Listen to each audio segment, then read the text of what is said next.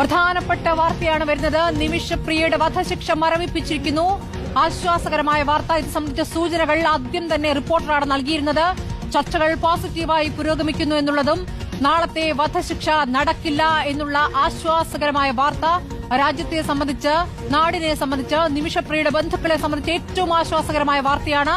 നിമിഷപ്രിയയുടെ വധശിക്ഷ മരവിപ്പിച്ചു എന്നുള്ള വാർത്തയാണ് നമുക്കിപ്പോൾ ലഭിക്കുന്നത്. നേരത്തെ സർക്കാർ ഇടപെടൽ ഒരു വശത്ത് നടന്നിരുന്നു. അത് അധികം മുന്നോട്ട് പോകാൻ പറ്റാത്ത സാഹചര്യമുണ്ടായിരുന്നു. ഇപ്പോൾ ജിമ്മി ജെയിംസ് വിവരങ്ങളുമായി. ജിമ്മി, ഇപ്പോൾ ആരുടെ ഇടപെടൽ ഫലിച്ചിരിക്കുന്നു? നിമിഷപ്രിയയുടെ വധശിക്ഷ മരവിപ്പിച്ചിരിക്കുന്നു. എന്നാൽ നാളെ നടക്കില്ല എന്ന് മാത്രമല്ല, വധശിക്ഷ ഉണ്ടാകില്ല എന്ന് തന്നെയല്ലേ അർത്ഥം? സ്മൃതി, നമ്മൾ നേരത്തെ പറഞ്ഞിരുന്നതാണ്, അതിലേക്കാണ് കാര്യങ്ങൾ നീങ്ങുന്നത്. ബുധനാഴ്ച വധശിക്ഷ മരവിക്കാനുള്ള എല്ലാ സാധ്യതയും ഉണ്ട്. നേരത്തെ പറഞ്ഞിരുന്നു, വധശിക്ഷ മരവിപ്പിച്ചിരിക്കുന്നു. ബുധനാഴ്ച നടക്കാനുള്ള വധശിക്ഷ മരവിപ്പിച്ചിരിക്കുന്നു.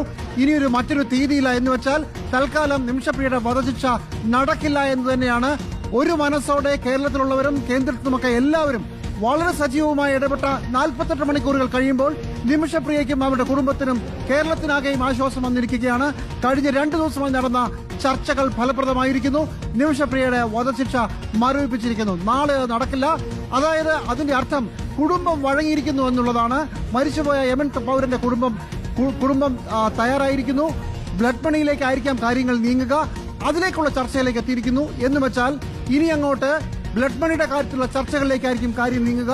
നിഷ്പ്രയാസം നിമിഷപ്രിയയെ തൂക്കുകയറിൽ നിന്ന് ഇറക്കിക്കൊണ്ടുവരാൻ നമുക്ക് കഴിയുമെന്നുള്ളതിന്റെ വലിയ സൂചനയാണ് നൽകിയിരിക്കുന്നത്. വധശിക്ഷ ഇല്ല എന്നുള്ളത്, മരവിപ്പിച്ചിരിക്കുന്നുള്ളത് വളരെ വളരെ വലിയ ആശ്വാസം.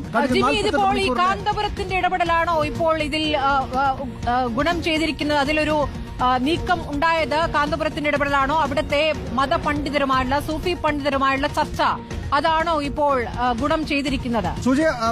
സ്മൃതി, 2 കാര്യങ്ങൾ നടന്നിട്ടുണ്ട്. ഒന്ന്, കേന്ദ്ര സർക്കാരിന്റെ ഭാഗത്തു നിന്ന് വളരെ വലിയ സമ്മർദ്ദം ഉണ്ടാകും നമ്മൾ കണ്ടു. ഗവർണർ ഇടപെടുന്ന കാര്യം നാം കണ്ടു. അതിന് പിന്നാലെയാണ് കാന്തപുരം AP അബൂബക്കർ മുസ്ലിയാർ ഈ കാര്യത്തിൽ അവിടുത്തെ മതപണ്ഡിതരുമായി ചർച്ച നടത്തി തുടങ്ങിയത് ഇന്നലെ. അതിനുശേഷം ഇപ്പോൾ ഒരു പ്രതിനിധി അങ്ങോട്ട് അയക്കാനും തീരുമാനിച്ചിരിക്കുന്നു.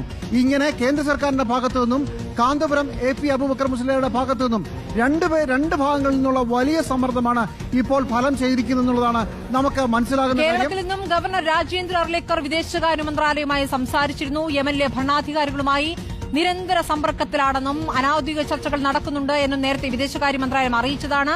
വ്യവസായ പ്രമുഖൻ MA യൂസഫ് അലിയുടെ ഇടപെടലും ഇതിലുണ്ടായിട്ടുണ്ട് എന്ന് വേണം മനസ്സിലാക്കാൻ. അദ്ദേഹവുമായിട്ടും ഗവർണർ സംസാരിച്ചിട്ടുണ്ട്. അപ്പോൾ നിരവധി ഇടപെടലുകൾ ഒരേ സമയമുള്ള സമ്മർദ്ദം, അത് ഫലം ചെയ്തു എന്ന് വേണം കരുതാൻ, അല്ലേ?